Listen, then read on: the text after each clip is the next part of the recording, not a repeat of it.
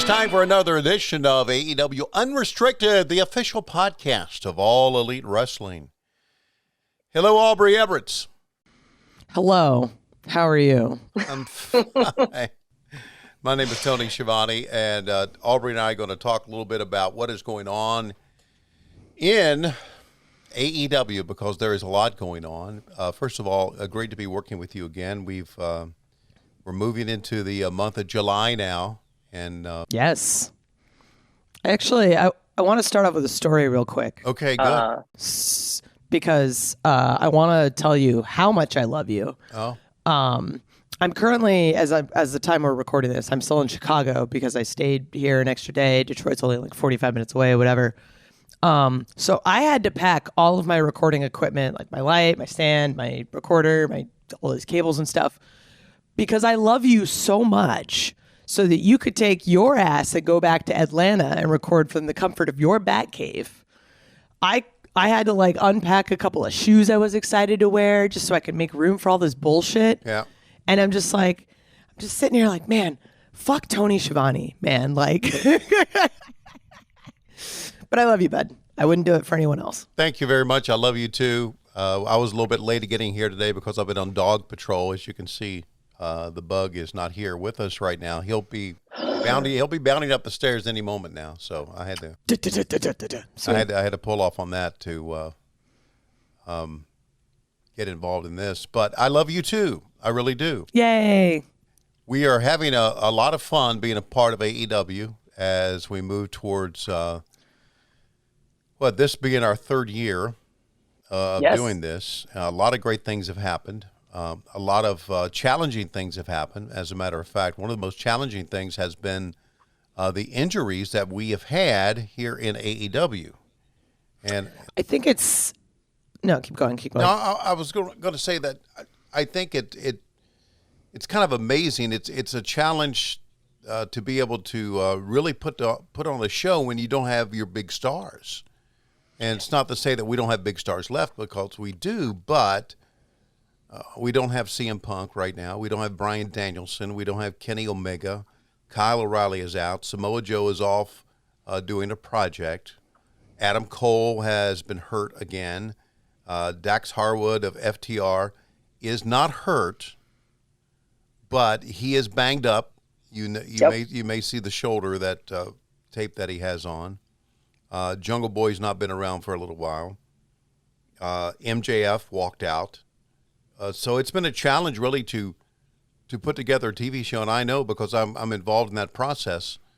But then when you circle back and you think about what we just saw at Forbidden Door, yeah, I know there was a lot of Japanese stars from New Japan Pro Wrestling there, and some American stars, and obviously some stars internationally. But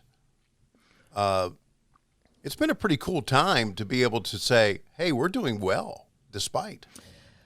It's been interesting, and I think Forbidden Door is proof positive of a lot of things. Like, when the show was announced, it was like, it's the United Center, it's, this day, end of June, whatever, and not a single match was announced, and it's sold out.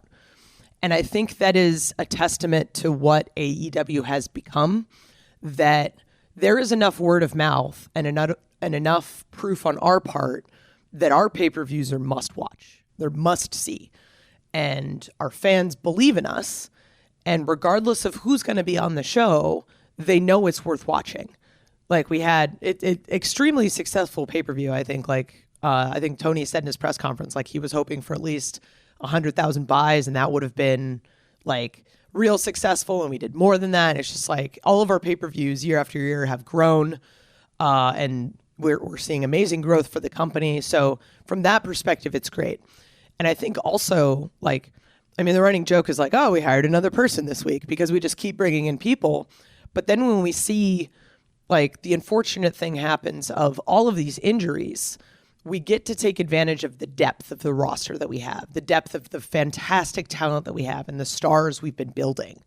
And it's just a testament to everything that TK has done, to everything that you've done, and everything that everyone does to make this company the success it is. It's like, despite running into these challenges, we pulled off one of the greatest shows we've ever done. it was just high intensity the entire time.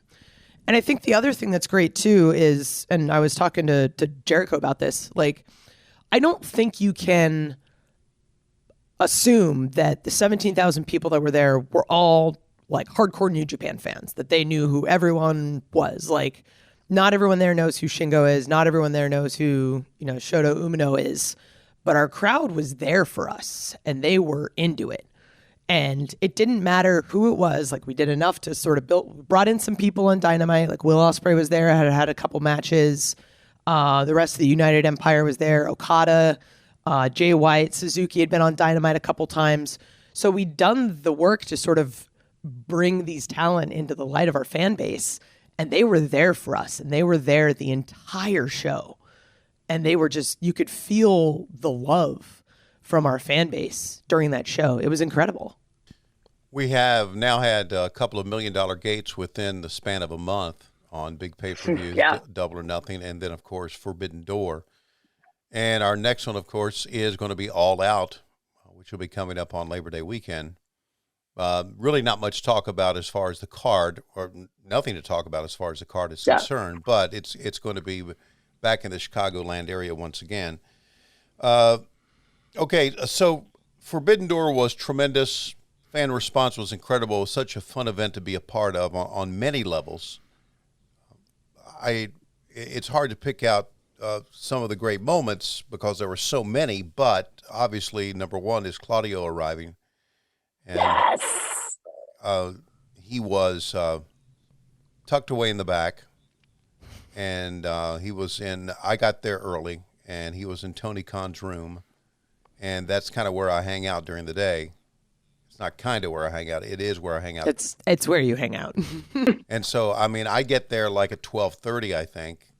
And so a lot of people are not there. And I open up the door, and he's standing there, and I go, holy shit. So you are here. I mean, people have speculated online who's going to be here. And I had been told by many people what a wonderful person he is. A good person he is. And, and I found out just by spending 30 minutes with him what type of guy he is. And he is spectacular. And what a moment when he walks out, huh? Oh my God. So, I mean, I'm doing as much speculation as I can too, because I'm just as much of a fan of wrestling as everyone else is. And I mean, we've kind of mentioned before, like, we don't know what's happening. Like you found out it was Claudio that morning. I look at the format and I see the ref assignments and I see Bryce has that match. I'm like, oh, it's Claudio. Like, I knew immediately because those guys go far back. And I think like the amount of Chikara people we have at AEW is insane. And I'm like, there's so much history here. Like, he's going to come out and there's already a story built in. There's, his background with Bryan Danielson. He's got a whole thing with Eddie Kingston. He's just so incredible as a wrestler and a person. And I saw him after. I was like, dude, I loved your work with Tyson Kidd. Like, his history is so good. And every time we bring in someone who's done so much in this business, I'm like, man, here's another person to learn from. This is great.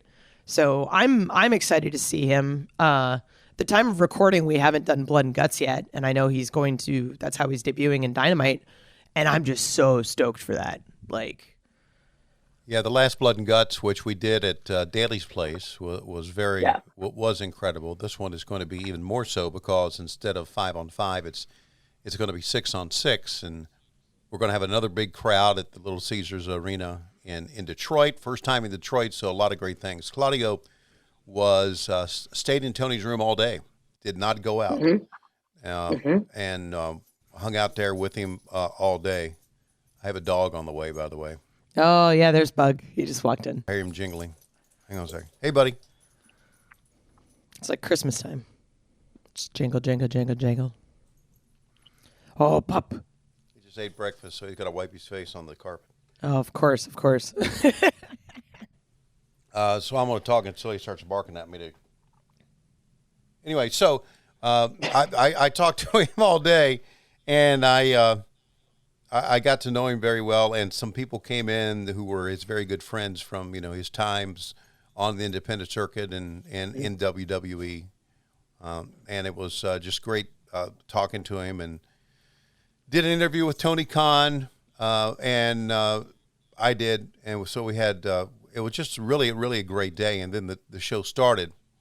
Also, Zack Saber Jr. comes in, and I talked to him, and just blew me away about how much he knew about my career. And I mean, here's a young kid. I know he's in his 30s, early 30s. He's from Great Britain. Everyone's young to you, old man. Well, yeah, you're right. Everyone except Arn Anderson and Dean Malenko. There you go. And bitch. What was I talking about here? Asshole. So you're talking about Zack Saber Jr. being young and knowing so much about your career. So much, and he was a WCW kid growing up. So it was just a great day on many levels. Now, as far as the matches are concerned, a lot of great matches, a lot of great things to talk about. But, and I put this up on social media, I just thought Will Ospreay and Orange Cassidy just absolutely tore the building down. It was like, I haven't seen that much Will Ospreay compared to Orange Cassidy, but man, that kid can go as well. Oh man. So I mean, there was quite a response on Twitter when that match was announced, and a lot of people were like, "Oh, you're wasting Will Ospreay." It's like, no. I knew immediately as soon as like Orange stepped up to Will on Dynamite, I was like, "Oh, this is going to be match of the night." Because Orange Cassidy has that ability to make you think he's a terrible wrestler because he just doesn't care and he has all that apathy. But when he's in the ring, he's so good, and he's just one of the best guys on our roster. And his understanding of wrestling, his background, his training, his psychology, like everything about Orange Cassidy is great. And you pair him with Will, who, you know, and when Kenny left New Japan, he basically gave like Will and Jay White the crown and said, "Okay, this company is on you guys." And Will is just one of those guys that's so good. And it's easily like, I knew it was going to be match of the night, and it was. And I think the crowd knew it. And I love your tweet. It's like, you don't have a pulse if you don't like that match. It was just so good. Like on top of all of the other amazing matches that happened that night. It's insane. I have a chance, and you have a chance to talk to the wrestlers afterwards, and most of them are just so low key about their matches, and they want to, you obviously talk to them and you say, "Hey, great match." And a lot of them go, "You sure? Was it a great match?" Or they're like, "No, it wasn't. I messed this up," and blah blah blah. They all start getting super critical of themselves. I know. Yeah, that's just the way our business is, and that's the way entertainment is. Actually, the entertainment business. A lot of also, I got to interview Juice Robinson for the first time. Yes, and that was cool to be able to do that. John Moxley, it's an old cliche, but he bled like a stuck pig. When does he not, though? Yeah, but I mean, that mat was like freaking covered with blood. Yeah. And then we do an interview afterwards. It's funny, a little backstage thing. We do an interview afterwards with the group for Blood and Guts. And so he just walks to the interview, blood all over his face. So I'm thinking, sure, go ahead, right? It's Blood and Guts. You might as well be bleeding. Yeah. But John Moxley's a different level. He's a different level than anybody I've ever been around in my life, because the John Moxley that you see on the screen is the John Moxley that we see backstage. Just no nonsense guy, and which reminds me, how you have to put gloves on when there's blood. Yeah, for safety. For safety, right? But that makes it more of a challenge for you too, as a referee, when someone is really, really bleeding, because you have to be concerned about their well-being as well. And I know you're in contact with the doc, but you have to be concerned about their well-being. Are they bleeding too much? How long can we go with this? I mean, John Moxley reminds me of that. The Wheeler Yuta John Moxley match we had not too long ago reminds me of that, right? Wheeler's just spewing blood from his face. Like, oh, it's so crazy. So, like, the gloves thing's interesting because, like, putting gloves on in a match is already difficult because they end up sticking together. Your hands are sweaty, the gloves are sweaty, whatever. And we don't get latex gloves because there's people with latex allergies, so like they're the kind that like don't necessarily go on that easy. So once you actually have them on and you're focused on the blood, it's just one of those like, okay, this is kind of concerning, because our first job is safety. Like, we need to make sure that the talent is safe and that they're not doing anything stupid, because it's a marathon. It's not a sprint. So while someone might be like bleeding profusely in one match, it's like, how is this going to affect them long term? And you're sitting there Sunday going, okay, this guy's bleeding buckets. We're 70 hours away from another match where a lot of people are going to be bleeding. And that's like the first thing going through your head is like, at what point do we need to loop the dock in? And I like, the crowd knows that too without like saying it, because we all just like, we care about the people behind the wrestlers. Like, and Jon Moxley's had one incredible year, like went to rehab, came out, looked great. And he's got, his daughter just turned 1, moved back to Cincinnati. Renee's doing great. Like, the year he has had is insane. I'm so proud of him. I'm so proud of everything he's done. I'm so proud of everything he continues to do. And I'm so happy that he's our interim champion. Well, the year we have had is insane as well, and we still got a lot more of this year to go. We'll talk about that, some of the venues and some of the places we're going to be, and also talk about some of the things that have happened here in 2022, aside from Forbidden Door, when we continue on AEW Unrestricted.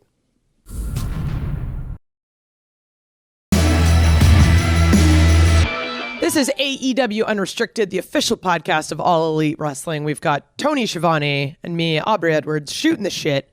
We've had just an incredible year so far at AEW, and like, Forbidden Door just happened. Such an incredible pay-per-view, so successful, like financially and just for all of the talent involved.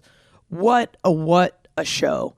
But it was literally a month ago we had another incredible pay-per-view in Double or Nothing, with our return to Vegas, with, all of these amazing things that happen. And I want to talk a little bit about the Owen Hart Cup Tournament and just what that meant for wrestling in general. Like, we know Owen tragically died, and then there was, a lot of bad blood in wrestling and whatnot. And Dr. Martha Hart has been working so long to just, with all of her nonprofit stuff, trying to make the world better. And seeing her and her kids backstage and seeing just the love that they have for this business and the appreciation that they have for AEW and everything what that tournament meant, like, it was just so wonderful that we were able to do that. Love it. I agree. I think it's a difficult thing to try to show love to a family that lost so much in pro wrestling. It's not an easy thing to do, but she did. She came up with this foundation, and I got to meet her for the first time. I did work with Owen a little bit back in the WCW days, not enough, but Owen was loved backstage as much as he was loved on camera, and probably even more so. Just a great guy and a wonderful human being. I think the tournament was a success on many levels. I think we had some great matches in the ring. I think we honored Owen's name and the family name and the foundation, and it's something that is going to be a yearly event. Plus, and let's say this on another level, Martha's hat was the ascot. Yeah, her ascot was absolutely wonderful, and we had talked to Martha. I first met her when we were at the UBS Arena in Long Island when the tournament officially started. We had a lot of course, qualifying matches, but officially started at Long Island. And I was so I went up to her and I said, "We are going to." I may have mentioned this before on this podcast. I said, "We are going to have you come out and talk about the tournament." She went, "Oh my goodness, I'm not ready." Yeah. And I said, "Well, let me work on that a little bit. So I'll bring Tony in, and her and Tony decide. We'll wait until Las Vegas, and then we got to Las Vegas, and I thought she would come at the beginning. She said, "No, I'm going to come out at the end," and it all kind of worked out. It really did. It was a great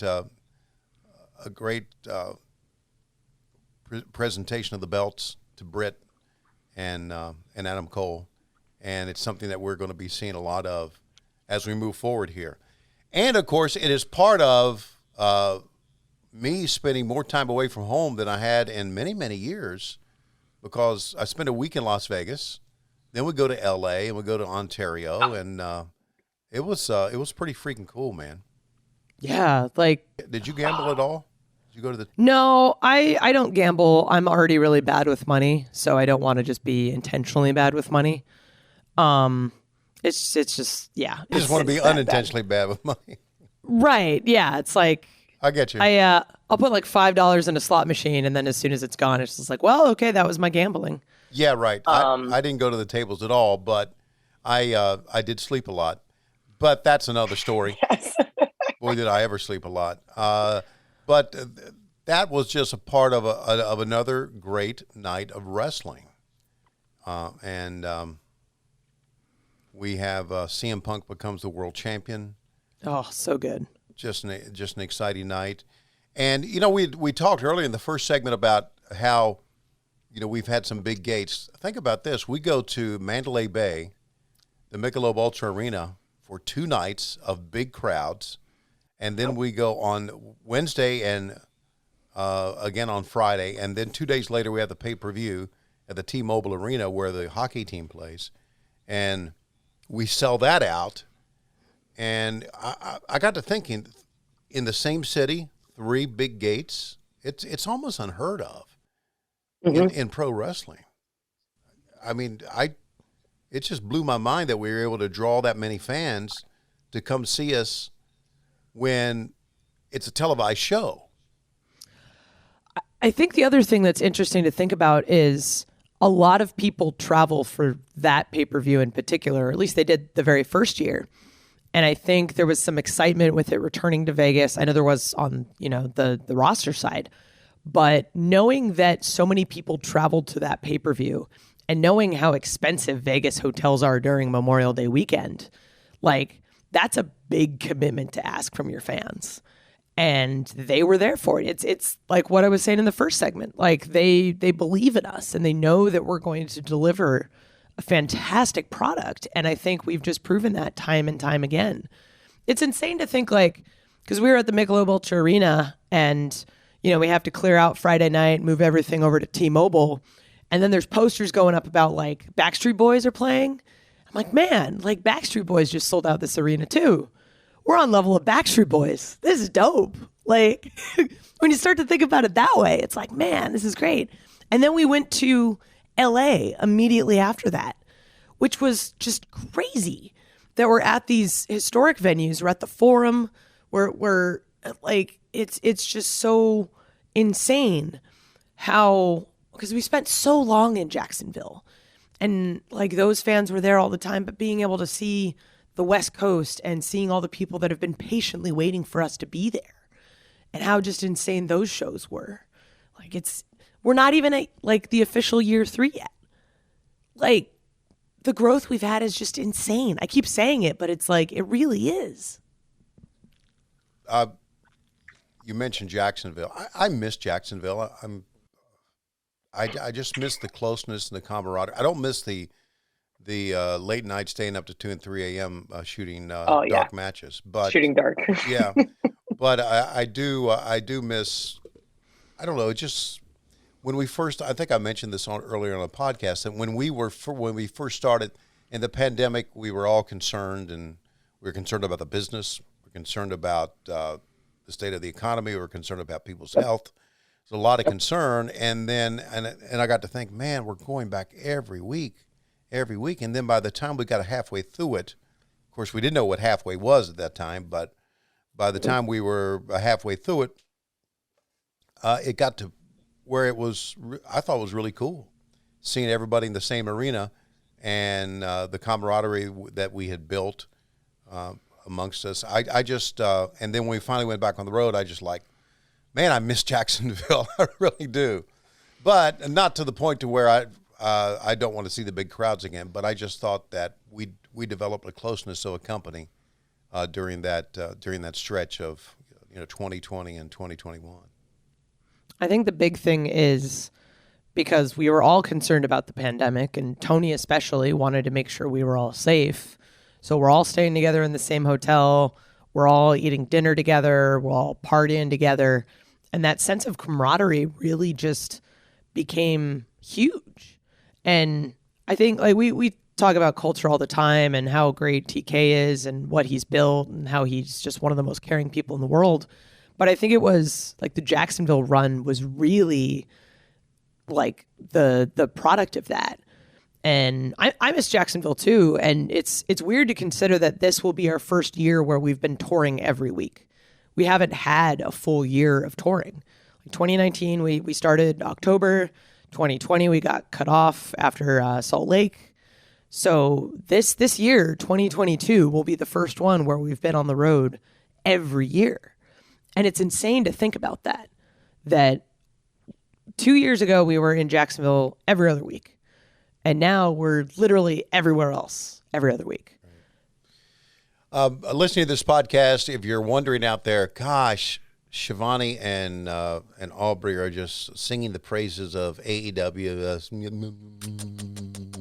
Kissy, kissy. Oh, I'm a kiss ass because it's great. Yeah, well, it's legit that we enjoy our job. Yes.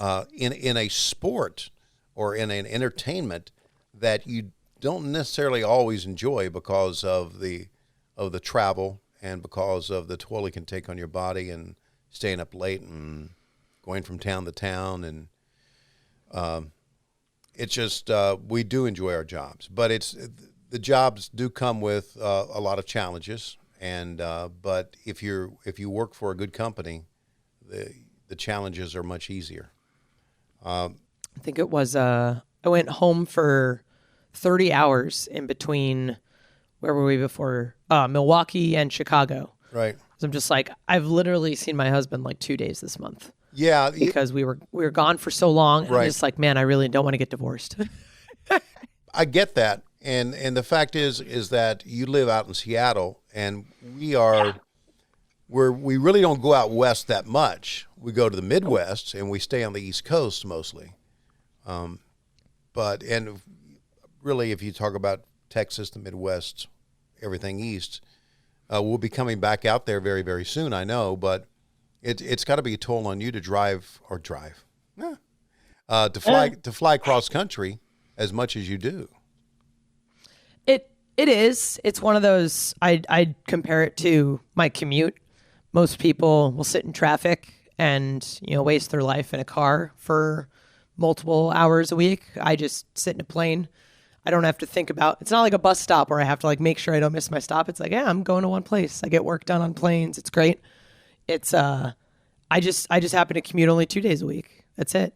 But, kind of thinking back to that, like, I'm just so grateful for the fact that I didn't have to move, that I've gotten to stay where my family is. I've gotten to stay where my friends are, where, I built a prior career, and that it's just like, yeah, sure, we'll fly you from wherever because we want people to be happy and love their lives outside of wrestling.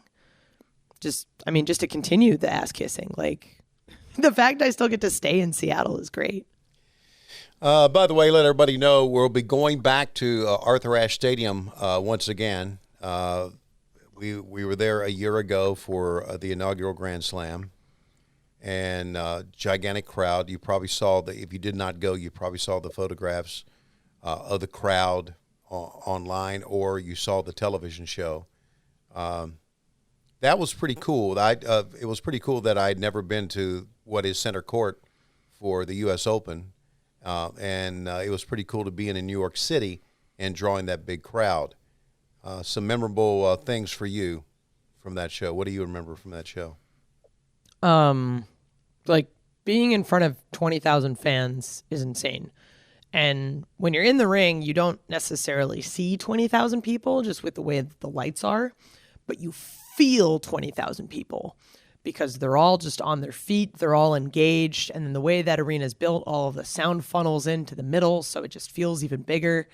And I remember just walking into that building, and it's gorgeous. and the dressing rooms have like the names of all of the tennis players that have played there. And you just know that even though this is like a newer arena compared to some of the other places we go, there's so much history there.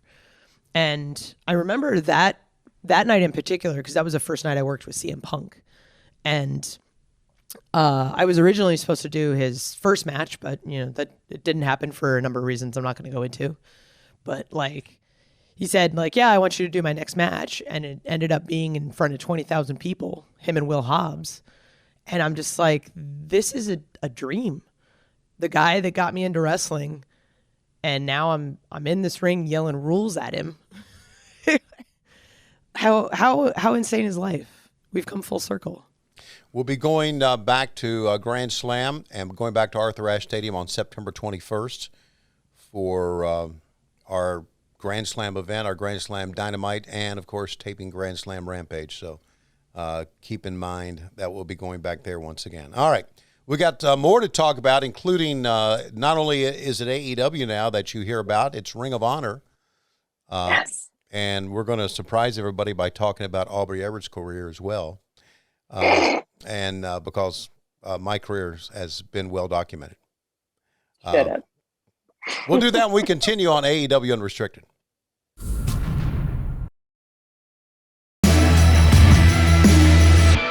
It's AEW Unrestricted, Tony and Aubrey. It's our shooting the shit episode that we love to do. Yes. Because we do a lot of that backstage anyway. I mentioned previously that my career in wrestling is pretty much well documented. You just got to go back and watch some old videos. But yours is not. So tell us how you started. That's how I started? Yeah. How did you start? When did you start in pro wrestling? How did that all begin? Because I know you and your husband really loved the pro wrestling. We all did, being in wrestling. But how did it start for you? I actually am celebrating my 5-year anniversary this month. And I was talking to Zack Saber Jr. After the show, because we first met in 2018 in NOLA. We were on a couple shows together. And he's like, how long have you been in the business? I'm like, when I met you, I was 8 months in. And he's just like, what are you talking about? You've only been doing this for 5 years? I'm like, yeah, no, it happened all fast. Like, I had a completely different career. I was jaded in that career. I'd been doing it for a long time. I'd shipped like 6 video games by the time I was 25. And, I'm 30, needing a life change. And someone suggests, hey, you should try reffing. And I'm like, you're an idiot. Why the fuck would I do that? Like, it's just, no, I enjoy being wrestling as a fan. Like, why? It seems so weird. You're just yelling rules at people. Try it out. Suck at it. Try it out again. Get a little bit better. And, a year later, I'm, at a WWE tryout. A year after that, I'm reffing Cody versus Darby 1. Like, this has just been a whirlwind. I've been on TV longer than I was on the indies at this point. It's insane to think about how, because it felt like yesterday when I started, but it's also felt like it's been an eternity. And it's wild. Like, I'm literally on this podcast with you. And I know we've talked about how this podcast came to be and how you picked me as your co-host because I was trying to find a fucking photographer that day and realized, like, we knew our chemistry was going to work, but thinking about who you are and what you mean to everyone in wrestling, and I just get to sit on here and shoot the shit and talk about our company and how much we love our jobs. It's wild to think this is where I'm at now. And you couldn't have told me like, oh yeah, you're just going to be in Chicago drinking cold brew, sitting with Tony Schiavone talking about wrestling. I wouldn't have believed you. Yeah, I wouldn't have believed it if someone said in 2022 you're going to still be doing wrestling. It's odd that you say this is your 5th year in wrestling. This is my 5th different decade in wrestling. Well, we've already been over the fact you're an old fart. Apparently so. Apparently I'm older than I think. 5 different decades of doing wrestling: the 80s, the 90s, the 2000s. The 2010s and 2020s. So you do realize you're old enough to be my grandpa, right? I'm not so sure I can go that far, but I mean, if you cheat the numbers a little bit. Let's go ahead and cheat the numbers. That's what I want to do at my age. Let's just fast forward in my life. I could be Aubrey's granddad. Well, there's a lot of kids I could be granddad of back there, I guess. But you are people's, like, you're everyone's wrestling dad. We love you so much, and everything that you do backstage for us and taking care of us. I know that, like, every show I hug you and the first thing you say is, "I love you, buddy." Yeah. It's just, man, this is my best bud, Tony Schiavone. Yeah. Yeah, we've built a great relationship. Thank you for that, honey. And also, thank you for all that you do putting this podcast together, because I know you tote the equipment like you talked about at segment 1, and you make sure it's all bundled up and everything.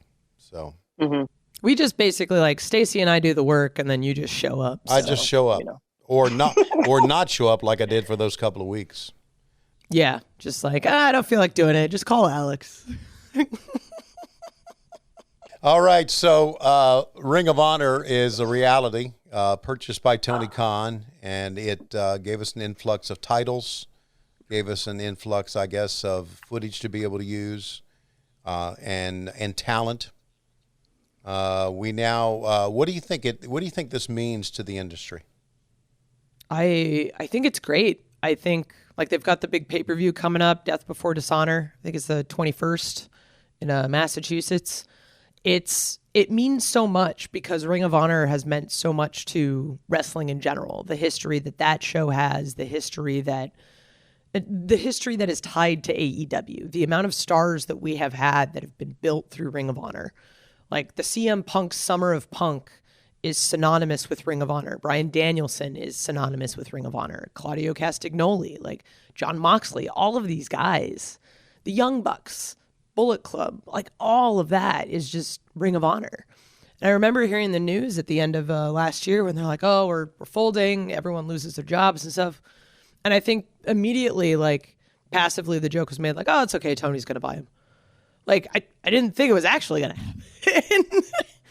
But to know that that history is going to live on, and that we have, I mean, just with wrestling and copyrights and ownership and all that, the fact that we can talk about that history and we can show those video clips, and we have the ability to show the history of how this company was come together and where this talent has come from, it means so much to wrestling.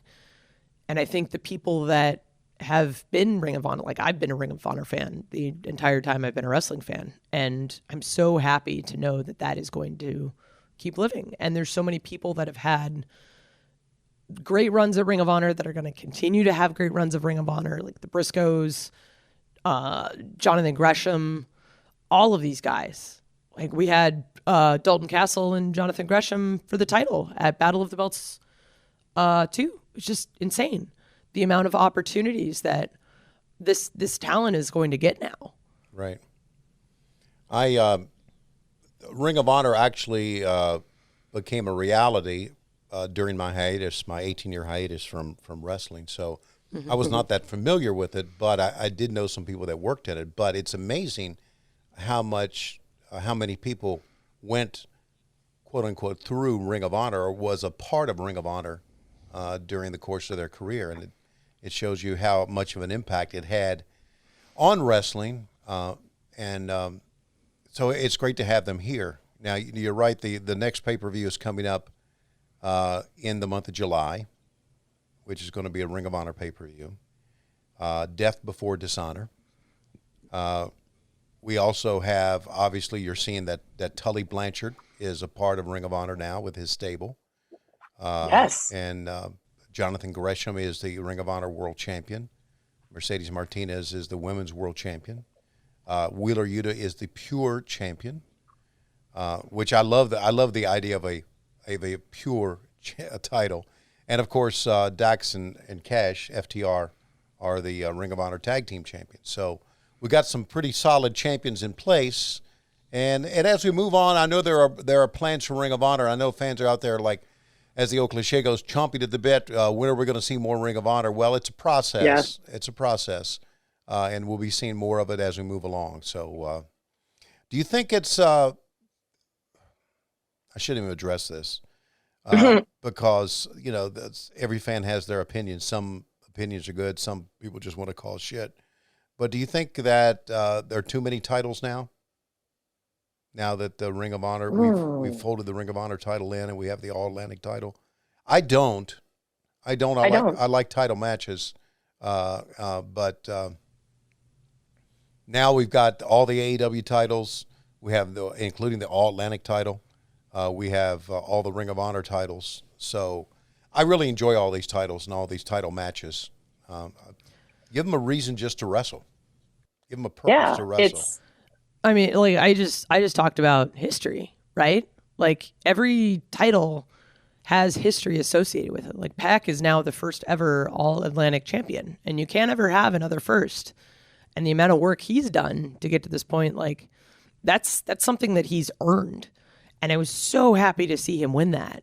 Just with the dude flies from the UK every like few weeks, and then he stays in America for a few weeks at a time away from his wife. It's like that alone is a big commitment. And I don't think we have too many titles because, we have a limited amount of TV time. We get to see cool stuff happen. We get to rotate things in and out. We have an amazing roster depth, and that has proven very helpful when you have a ton of injuries. I think it's great. I think it's a great way to push people too. Like in wrestling, the goal is to get titles. It's to be the best. And with all of these different titles, there's so many opportunities for people to come in and prove themselves. And I think it's a matter of, I think it's good for business. Yeah. I think it's good for business too. It's obviously good. It's good TV. And we'll have that pay-per-view, as we mentioned, coming up. Death Before Dishonor coming up here in the month of July as we move on to the summer. All right, so Aubrey, it's been a great run since October of 2019, and we got a lot more great things coming up. Who knows who's going to show up? We've kind of laid the foundation for a surprise every pay-per-view. Let's see what we have coming up in Ring of Honor, or what we have coming up at All Out. Coming up in the Chicagoland area in September. Should be a lot of fun. The year's only half over. We've got so much left to do and so many awesome places to see and so many fans to reconnect with. It's a really, really exciting time in wrestling. And we keep saying that, but we're just riding this wave, man. Yep. And I enjoy working with you, buddy. Oh, I love working with you. I always look forward to these podcasts, even when I have to lug this fucking equipment everywhere. I do it for you. You're a lugger, I can tell you that. Fans, don't forget, as always, we come to you each and every week on AEW Unrestricted, wherever you get your podcasts, or if you want to see the video version of this and see the bug, then you can check us out on YouTube just by searching AEW Unrestricted. Those YouTube episodes come out every Monday. And then stick around on YouTube on Mondays and you can watch Dark Elevation. Tuesdays, we've got Dark on YouTube. Wednesdays, we're on TBS Live with Dynamite, different city every week. Rampage, Fridays, TNT. We've got so much awesome wrestling, so much awesome talent, and it's just great to be a wrestling fan. I'm Aubrey Edwards, along with my best bud, Tony Schiavone. Thank you so much for listening to AEW Unrestricted.